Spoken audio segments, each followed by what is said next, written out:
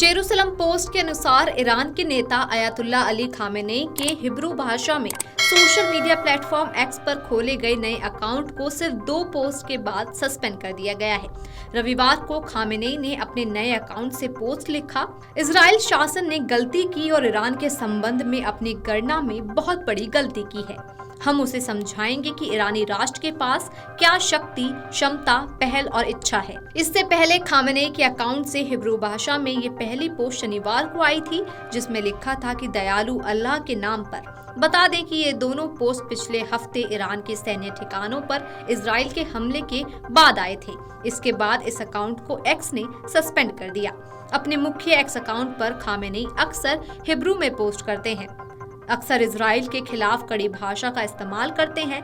Khamenei ने कहा था कि ईरान पर इजराइल के हवाई हमलों को ना तो बढ़ाया जाना चाहिए और ना ही कम करके आंका जाना चाहिए। एक रिपोर्ट के अनुसार खामेनेई ने रविवार को कहा कि इजराइल ईरान के खिलाफ अपने कार्यों के प्रभावों को बढ़ाना चाहेगा, लेकिन ईरान के लिए हमलों को महत्वहीन बताकर खारिज करना भी सही नहीं होगा। खामेनेई ने अपने वेबसाइट पर प्रकाशित टिप्पणियों में कहा कि वे ईरान के संबंध में गलत अनुमान लगा रहे हैं। वे अभी भी ईरानी लोगों की शक्ति, क्षमता, सरलता और दृढ़ संकल्प को सही ढंग से समझ नहीं पाए हैं। हमें उन्हें ये बातें समझाने की जरूरत है। ईरान ने कहा कि उसके सैन्य ठिकानों को निशाना बनाकर किए गए इजरायली हवाई हमलों में शनिवार को 2 सैनिकों की मौत हो गई। इसके बाद इजराइल ने मिसाइल निर्माण सुविधाओं, सतह से हवा में मार करने वाली मिसाइल श्रृंखलाओं और अन्य हवाई क्षमताओं पर एक साथ हमला किया।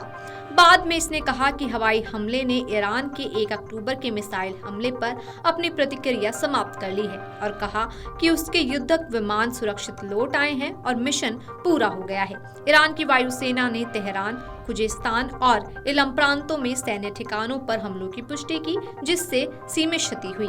खामेनेई ने कहा कि ये तय करना प्राधिकारियों का काम है कि ईरानी लोगों की इच्छा शक्ति और ताकत के बारे में इजरायली सेना को कैसे समझाया जाए और इस राष्ट्र के हितों की पूर्ति करने वाली कार्रवाई कैसे की जाए। खामेनेई की टिप्पणियां संकेत देती हैं कि ईरान इस हमले को लेकर अपनी प्रतिक्रिया पर सावधानी पूर्वक विचार कर रहा है। ईरान की सेना पहले ही कह चुकी है कि गाजा पट्टी या लेबनान में संघर्ष विराम इजराइल पर किसी भी जवाबी हमले से बेहतर है, लेकिन ईरानी अधिकारियों ने ये भी कहा कि उसके पास जवाब देने का अधिकार है। आपको बता दें कि ये एक्शन अकाउंट खुलने के 1 दिन बाद ही लिया गया। अकाउंट सस्पेंड करने के साथ लिखे नोट में कहा गया कि एक्स के नियमों को तोड़ने के चलते ऐसा किया गया है।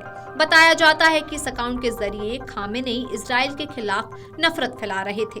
इस अकाउंट पर 2 पोस्ट की गई थी। पहली पोस्ट में लिखा गया था कि दयालु अल्लाह के नाम पर, वहीं दूसरी पोस्ट में ईरान पर हमले के लिए इजराइल पर निशाना साधा गया है। साथ ही आपको बता दें कि मिस्र ने 2 दिवसीय युद्ध विराम समझौते का प्रस्ताव भी रखा है।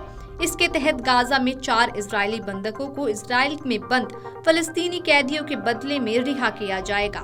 इस प्रस्ताव की घोषणा मिस्र के राष्ट्रपति ने रविवार को एक संवाददाता सम्मेलन में की। सेना के बयान के मुताबिक दक्षिणी लेबनान में संघर्ष के दौरान एक रिजर्विस्ट की मौत हो गई है। इस महीने की शुरुआत में गाजा में घायल हुए एक अन्य सैनिक की भी मौत हो गई।